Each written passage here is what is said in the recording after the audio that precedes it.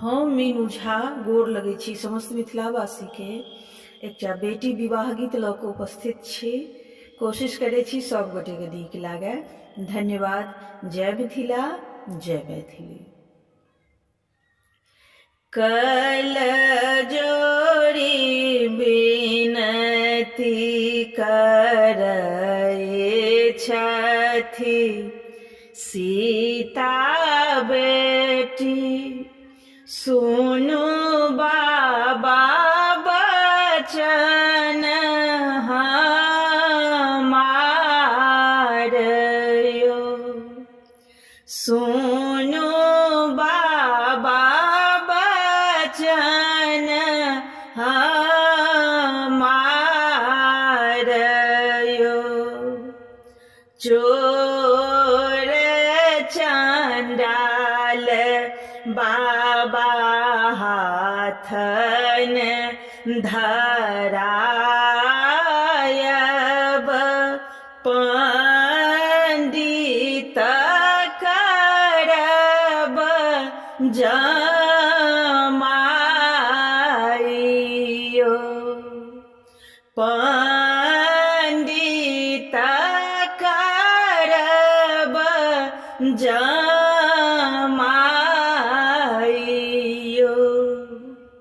चोर चंडाल बाबा हाथ जो धरायब,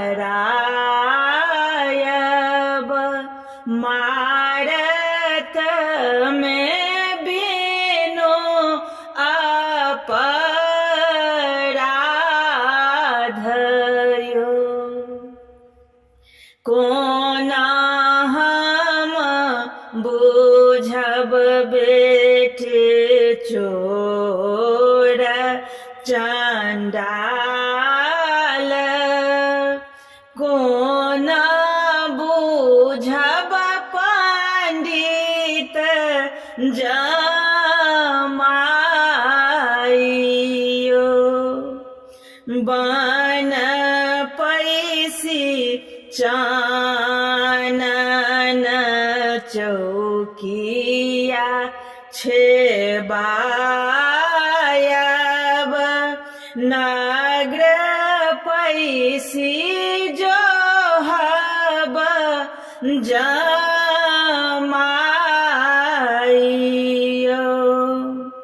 भनहि विद्यापति सुनो हे सुनए नाम, लिखल मेटल नहीं जाइयो। लिखल मेटल नहीं जाइयो।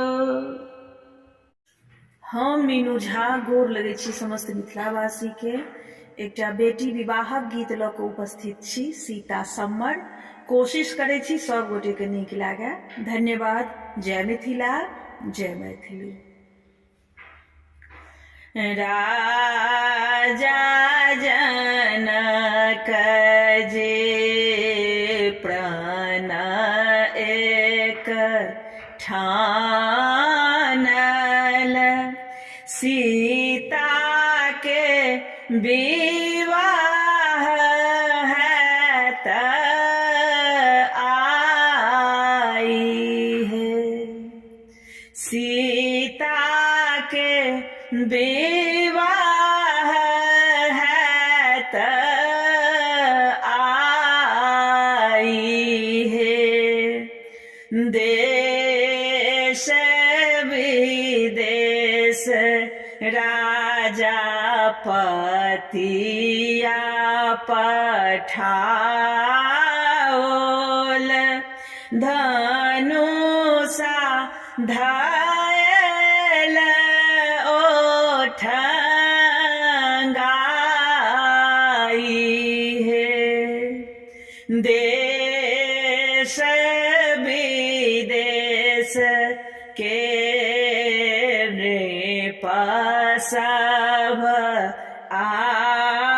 आयल धनुषा छुबी छुबी जाही है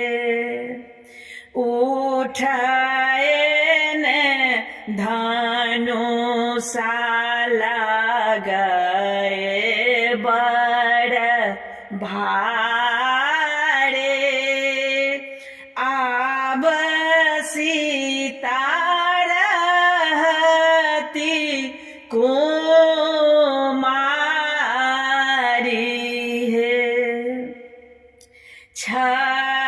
क्षत्रियो वीर भेटल नहीं जग में होयत कोन सीता का विवाह है एतवा वचन जब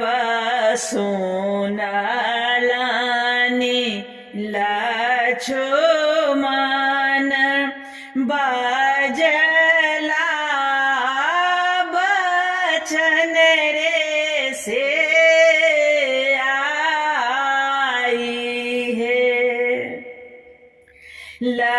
लक्ष्मण बेमुख देखे बजला श्री रामचंद्र जूनी बाजू वचन रे से आई है दाही नहीं धनुष उठाओ रघु नंदन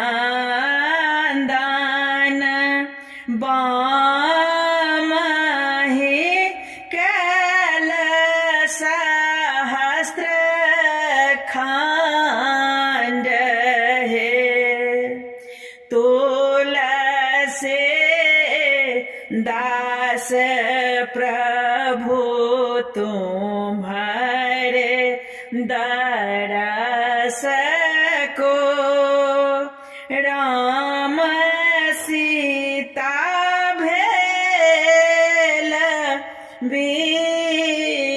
विवाह है। हम मीनू झा गोर लगै छी समस्त मिथिलावासी के एकटा विवाह गीत सीता सम्मर लऽ कऽ उपस्थित छी कोशिश करै छी सब गोटे के नीक लागे धन्यवाद जय मिथिला जय मैथिली काने काने सीता पतिया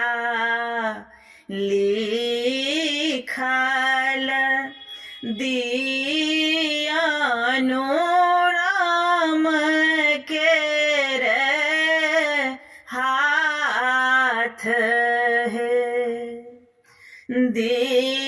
दियानो राम के रे हाथ है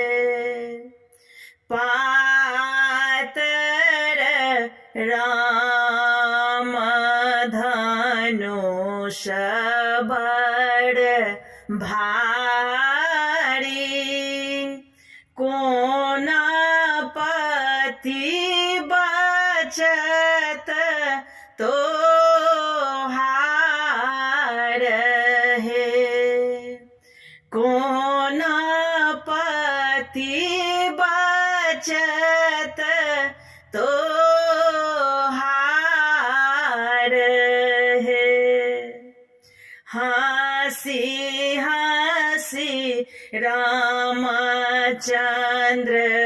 पतिया पढ़ाई छथि किया सीता गेली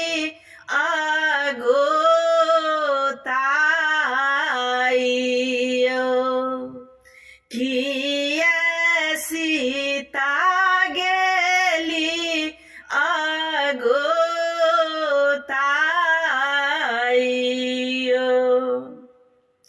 ई शब्द सुनी राम धनुषा उठाओल,